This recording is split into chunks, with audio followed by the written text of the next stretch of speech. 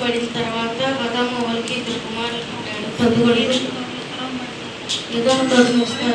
తర్వాత కయ్యోను హేబెలుకి ఇద్దరు కుమారులు పుట్టారు. పెద్ద కొడుకు కయ్యోను భూమిని చదువుపరిచేవాడు.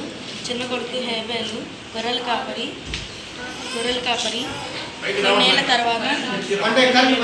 కొన్నేళ్ల తర్వాత కయ్యోను తన పంటలో నుంచి తన భూమిలో నుంచి దేవుడికి బలిగా అర్పించాడు. హేబెలు తన మందలో నుంచి బాగా మంచి గొర్రెను, శ్రేష్టమైన గొర్రెను తనకి బలిగా అర్పించాడు. కయ్యోను అర్పణను దేవుడు స్వీకరించలేదు. హేబెలు అర్పణని దేవుడు స్వీకరించాడు.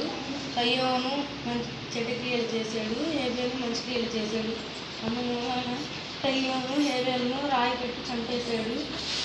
హేబెలు రక్తము దేవుడు మొదపెట్టింది. హేబెలు దశనిమరయ్యాడు. హేబెలు మంచి క్రియలు చేశాడు.